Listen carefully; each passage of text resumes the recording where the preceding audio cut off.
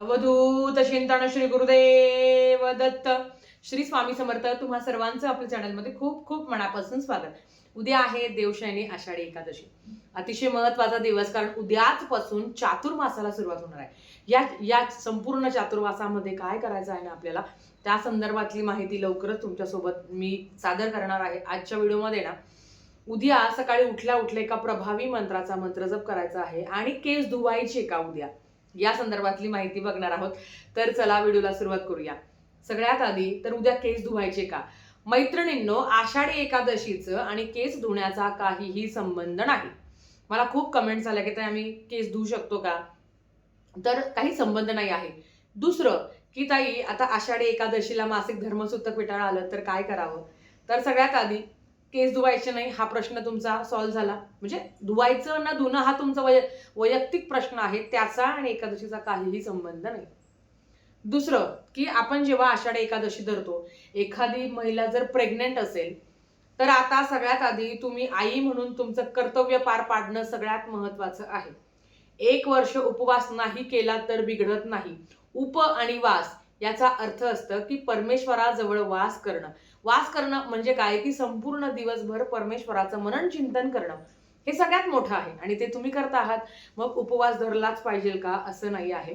ज्यांची इच्छा आहे, पण ज्यांना शरीराला शक्य नाही आहे, किंवा तुम्हाला जर एखादी गोळी असेल, तुम्हाला खाणं अनिवार्य आहे, तर उपवास नाही धरला तरी चालेल, पण तुम्ही मनन चिंतन नामस्मरण तुम्ही करू शकता. आता ज्यांना मासिक धर्मसूतक विटाळ आहे, तर अशा वेळेस तुम्ही मंत्रजप लावून देऊ शकता, तुम्ही सेवा करू शकता, सगळ्या सेवा ऐकू शकता तुम्ही. आता मासिक धर्म असा आहे, ताई आमच्या मासिक धर्माच्या 4थ्या दिवशी आम्ही सेवा करू शकतो का 2दा आंघोळ करून? आता काही ठिकाणी असा नियम आहे की मासिक धर्माचा 14 दिवस असला की सेवा करू शकता, म्हणजे 4थ्या दिवसानंतर तुम्ही सेवा करू शकता. काही ठिकाणी असं आहे की संपूर्ण 4 दिवस तंतोतंत पाळली जाता आणि 5व्या दिवशी तुम्ही सेवेला सुरुवात करू शकता. आता मासिक धर्माचा जो रक्तस्राव आहे तर तो नॉर्मली 4-5 दिवस चालतो. आता खरं बघायला गेलं तर आपल्याला जेव्हा मासिक धर्म येतो तर तेव्हा असं असतं की शरीरामध्ये खूप जास्त बदल, कंबरदुखी, पाठदुखी, गुडघेदुखी असे आजार होतात आणि आपल्या स्वतःला विश्रांती हवी असते आणि एवढी मानसिकता खरंच नसते आपली की आपण सगळं देवाचं करावं. मग अशा वेळेस स्वतःकडे लक्ष देणं, स्वतःचा आराम करणं हे सगळ्यात महत्वाचं आहे. बाकी 4 दिवस पाळायचे, 5 दिवस पाळायचे हा तुमचा वैयक्तिक प्रश्न आहे. तर तो पण अडचण तुमची सॉल्व्ह झाली. आता एकादशीचा उपवास करा नका करू ना, पण काही नियम आहे ज्याचं पालन करणं महत्वाचं आहे. एकादशी दुप्पट खाशी. दिवसभर आपण भरपूर आहार घेत असतो. मग तळलेलं खा, बगर खा, खिचडी खा, थालीपीठ खा, इडल्या खा, सगळं खात असतो आपण. भगरीच्या इडल्या पण करतो, तुम्हाला जर रेसिपी माहिती असेल तर. मग अशा वेळेस मला सांगा, एवढं सगळं खाल्लं तर त्या उपवासाचा अर्थ काय आहे? एकादशीच्या दिवशी थोडंसं हलकं फुलकं अन्न घ्यावं. शरीराला त्रास होत नाही, कारण खूप जर तुम्ही शेंगदाणा किंवा तुम्ही भगर वगैरे खाल्लं तर ऍसिडिटीचे खूप जास्त चान्सेस असतात आणि काही काही लोक अगदी निरंकार उपवास करतात. तुमच्या शरीराला जे झेपेल ना ते तुम्ही करावं. नामस्मरण, नामजप करणं, सेवा करणं हे सगळ्यात आधी आहे. आता उपवास करा नका करू, पण काही नियम आहे त्याचं पालन करणं महत्वाचं आहे. एकादशीला मांसाहार तर 100% कोणी करणारच नाही, पण एकादशीला ताई मला अंड खायचं आहे, मी अंडे खाऊ शकता का? मांसाहार होणार नाही. ब्रह्मचर्याचं पालन तुम्हाला करायचं आहे. तो दिवस संपूर्ण ब्रह्मचर्याचं तुम्हाला पालन करायचं आहे.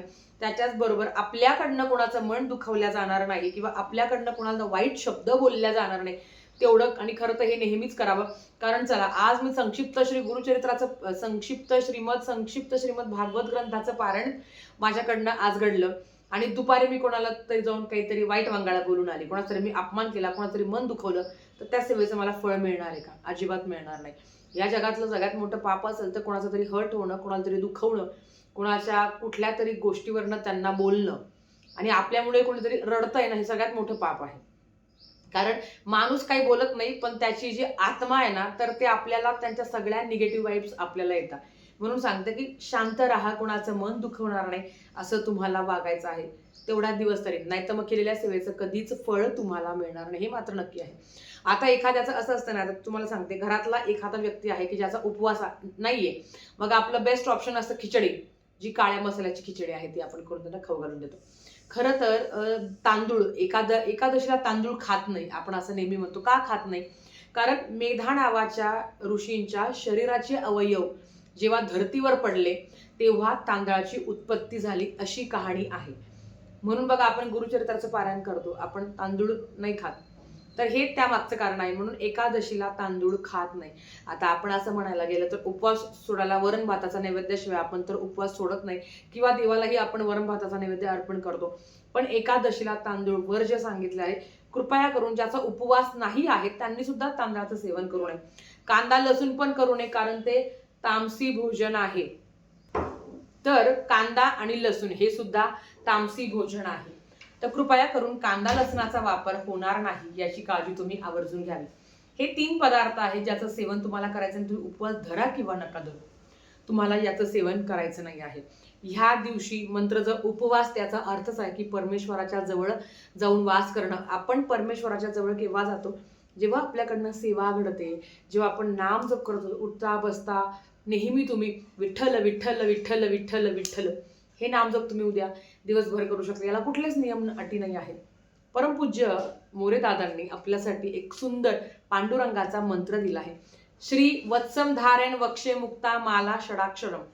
हा मंत्र डिस्क्रिप्शन बॉक्समध्ये किंवा मी कमेंटला पिन करते. या मंत्राचं तुम्हाला 108 वेळा, आणि सकाळी उठल्या उद्या लवकर ब्रह्ममुहूर्तावर उठून आंघोळ वगैरे करून ह्या मंत्राचा मंत्र जप करावा. अगदी तुम्हाला सकाळी नाही शक्य होतं, तुम्ही दिवसभरात कधीही मंत्र जप करू शकता. श्री वत्सम धारेण वक्षे मुक्ता माला षडाक्षरम हा मंत्र आहे, नित्यसेवेच्या पुस्तकात आहे बघा, तो तुम्ही पठण करू शकता. आणि एक श्लोकी विष्णू सहस्त्रनाम इतकं भारी ना, अगदी तुम्हाला सांगते ना, तुम्हाला मासिक धर्म जरी असेल ना, एका ठिकाणी शांत बसून या मंत्राचं मंत्र जप या श्लोक तुम्ही म्हणू शकता. 11 वेळा जर तुम्ही हे म्हटलं तर 1 वेळा श्री विष्णू सहस्त्रनाम पठण केल्याचं तुम्हाला फळ मिळतं. आता एक श्लोकी विष्णू सहस्त्रनाम काय आहे? ओम नमस्वनंताय सहस्रमूर्तये सहस्रपादा शिशोर्भावे सहस्रनामने पुरुषाय शाश्वते सहस्रकोटी युगधारिणे नमः.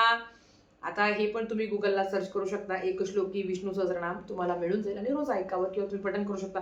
हे 11 वेळा पठण केल्यावर विष्णू सहस्रनामाचं पठण केल्याचं फळ तुम्हाला मिळतं. कारण काय होतं ना, विष्णू सहस्रनाम असं आहे की आपण जर ते म्हणायला गेलं तर ताई ते संस्कृतमध्ये आहे, मी फक्त ऐकलं तर चालेल का? ते पण तुम्ही करू शकता आणि ते केलं तर उत्तमच आहे.